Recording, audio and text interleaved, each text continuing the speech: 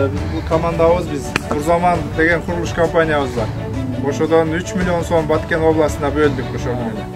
Ошонун 1 миллион сомун губернатордун да спец шотуна которуп бердик.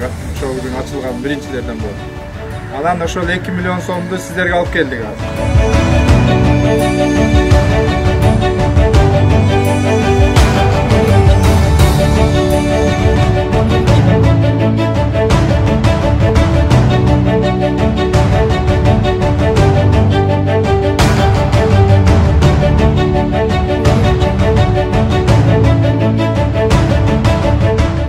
Сүрөттөн көрүп, үйүп атканды көрүп аттык да. Ошондо сиздерге да келебиз деп ниет кылдык эле. Сиздерге да ошо 80 000 сом азыр алып келдик. Ошону мына командир өзүңүз карап, солдаттар менен да өзүңөр ынтымакта дегенде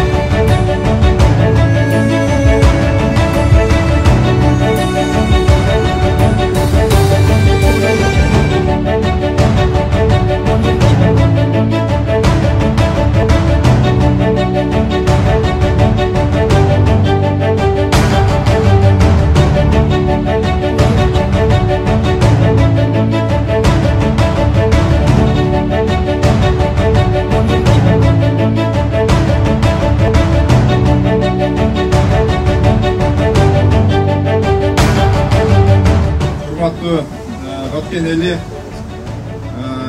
Тайманбас, Батыр менен өз эл болсуздар, биз сиздерге таазим кылабыз. Элибизде тынччылык болсун. Кечеги окуялардан жакындарын жоготкон, жабыркаган адамдарга өзүмдүн атымдан терең кайгыруу менен көңүл айтам.